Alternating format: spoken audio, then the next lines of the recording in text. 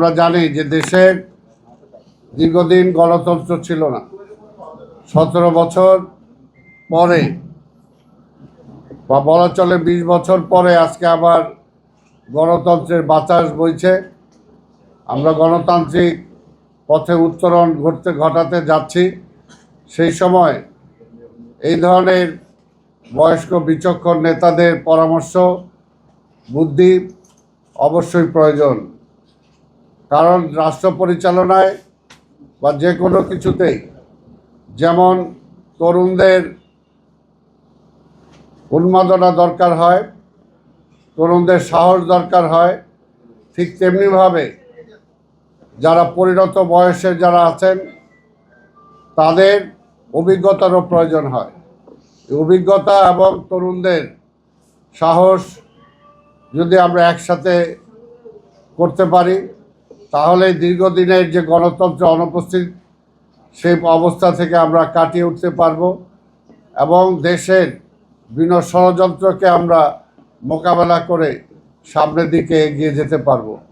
আজকে স্বাভাবিকভাবে আমাদের নেতা জনাব তারেক রহমান চেষ্টা করছেন যে আজকে দেশের এমন একটা অবস্থা ছিল যে গণতন্ত্র ছিল না, পাশাপাশি অর্থনৈতিক যে মন্দা, সারা দেশ থেকে লুটতরাজ করে যেভাবে দেশে অর্থনীতিকে শেষ করা হয়েছিল এবং তারপরে যখন বিএনপি রাষ্ট্র ক্ষমতায় আসেন মধ্যপ্রাচ্যের যুদ্ধের কারণে আবার সারা পৃথিবীতে একটা অর্থনৈতিক মন্দা।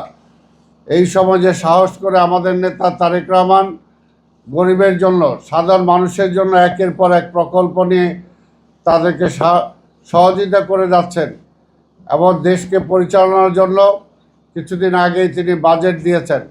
আজকে অনেকের কাছে বিভিন্ন রকম সমালোচনার বিষয় হতে পারে, কিন্তু আমরা দেখেছি যে আমাদের শহীদ রাষ্ট্রপতি জিয়া রহমান এবং বেগম খালেদা জিয়ার সুযোগ্য সন্তান তারেক রহমান আজকে সেই আমাদের নেতা শহীদ রাষ্ট্রপতি জিয়া রহমানের পথ অনুসরণ করেই তিনি সামনের দিকে এগিয়ে যাচ্ছেন এবং আমরা বিশ্বাস করি যেমনিভাবে শহীদ রাষ্ট্রপতি জিয়া রহমান এটি ক্ষত বিক্ষত দেশকে, একটি ইনডিসিপ্লিন দেশকে তিনি ডিসিপ্লিনে এনেছিলেন, একটি দুর্ভিক্ষপীড়িত দেশকে, দেশের মানুষকে খাইয়ে সামনের দিকে এগিয়ে নিয়ে গিয়েছিলেন। প্রত্যেকটা সেক্টর যখন ধ্বংসপ্রাপ্ত ছিল তখন তিনি সেগুলোকে আবার রিপেয়ার করে সামনের দিকে এগিয়ে গিয়েছেন। আজকে আমাদের নেতা তারেক রহমান একইভাবে আজকে দেশের সমস্ত সমস্যার সমাধান করে দেশকে এগিয়ে নিয়ে যাবেন। এখন প্রয়োজন হলো যারা এই ধরনের নেতৃবৃন্দ যারা আছেন, বয়স্ক নেতৃবৃন্দ যারা আছেন তাদের সহযোগিতা তার দরকার।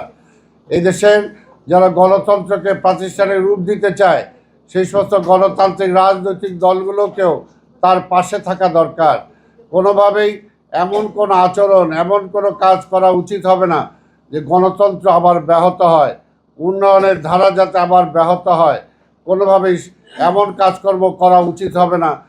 সম্মানিত বিরোধী দলের নেতৃবৃন্দের কাছ থেকে আমরা এটাই আশা করব যে একটি সরকার দীর্ঘদিন আজকে দেশ অবহেলিত থাকার পরে আজকে রাষ্ট্র ক্ষমতা আসার পরে যখন গণতন্ত্রকে আবার বিকশিত করতে চাচ্ছেন, উন্নয়নের ধারাকে সামনের দিকে এগিয়ে নিয়ে যাচ্ছেন, আপনারা এমন কোনো বক্তব্য দেবেন না, এমন কোনো কর্মসূচি দিবেন না বা এমন কোনো কাজ করবেন না যাতে আবার গণতন্ত্রই আবার প্রশ্নের সম্মুখীন হয়ে যায়। তাই আমি বক্তব্য দীর্ঘায়িত না করে আমি আশা করব যে আজকের দীর্ঘদিন পরে আজকের যে জুলাইয়ের অভ্যুত্থান যেটা হয়েছে, আমি শুধু এই প্রসঙ্গে একটি কথা বলেই শেষ করব। অনেকে মনে করেন যে জুলাইয়ের অভ্যুত্থান বোধহয় জুলাই মাসের মধ্যেই হয়ে গেছে, এক মাসের মধ্যেই সব কিছু হয়ে গেছে। সেটা না, দীর্ঘ 17 বছর লড়াই সংগ্রামের মধ্য দিয়ে এই পটভূমি আমরা তৈরি করেছিলাম বলেই জুলাইয়ের অভ্যুত্থান হয়েছে এবং আমরা যারা করেছিলাম আমরা মাঠেও ছিলাম।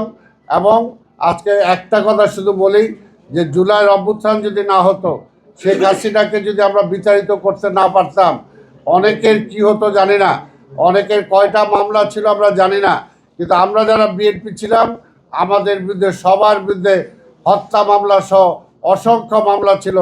কাজেই আমরাই সবচেয়ে বেশি ক্ষতিগ্রস্ত ছিলাম, এবং যদি না না বিচারিত করতে পারতাম আমরাই সবচেয়ে ক্ষতিগ্রস্ত হতাম। কাজেই সেই মাপকাঠি আমরা বিচার করি না কে কতটুকু করেছে, কে কার অবদান কতটুকু। আমরা শুধু বলবো এটাই যে দীর্ঘদিন পর ফ্যাসিবাদ বিদায় হয়েছে। আমরা আধিপত্যবাদের হাত থেকে বাংলাদেশকে রক্ষা করার একটা পর্যায়ে এসেছি। এখন আধিপত্যবাদের বিরুদ্ধে লড়াই করতে হলে গণতান্ত্রিক শক্তিগুলো ঐক্যবদ্ধভাবে গণতান্ত্রিকভাবে নির্বাচিত সরকার তারেক রহমানের সরকারকে সমর্থন দিতে হবে, সহযোগিতা করতে হবে, এবং আগামী 5 বছর যাতে এই দেশে নিরবিচ্ছিন্নভাবে এই সরকার চলতে পারে এবং কাজকর্ম করতে পারে এবং গণতন্ত্রকে এগিয়ে নিয়ে যেতে পারে, এবং গণতান্ত্রিক ধারা হিসাবে প্রতিটি নির্বাচন যাতে সেইভাবে আমরা করতে পারি, সেটার জন্য আমাদের সবাইকে সহযোগিতা করতে হবে, ধৈর্য ধরতে হবে। পাশাপাশি আমাদের যে সমস্ত কর্মীরা আছেন আমাদেরকেও মনে রাখতে হবে যে 17 বছর আমরা অনেক কষ্ট করেছি, অনেক জেল জুলুম খেটেছি, আমাদের অনেক কিছু ন্যায্য পাওনা আমরা পাই নাই। কিন্তু প্রথমে যেটা আমরা যদি আমাদের নেতাকে ফলো করি, তারেক রহমানকে ফলো করি, তিনি যেটা বলেছেন, তিনি কিন্তু কখনো অধৈর্য হন নাই। তিনি কিন্তু কখনো কোনোভাবেই এইভাবে কাউকে দোষারোপ করে কারোর বিরুদ্ধে অভিযোগ দিয়ে তার বিরুদ্ধে ব্যবস্থা নিতে হবে সেই পথে তিনি কিন্তু যান নাই। কাজে আমরা যদি দল করি তাহলে আমাদের নেতা তারেক রহমানকে ফলো করতে হবে। তারেক রহমান কী চান সেটাকে আমাদের ফলো করতে হবে, তাহলে কিন্তু দেশটাকে এগিয়ে নিয়ে যেতে পারবো। দেশে অরাজকতা সৃষ্টি করে, দেশে দলাদলি সৃষ্টি করে, দেশে বিভেদ সৃষ্টি করে দেশকে কিন্তু আমরা সামনের দিকে এগিয়ে নিয়ে যেতে পারবো না। আমাদের নেতার এই বক্তব্য যাতে সবাই আমরা অনুসরণ করি।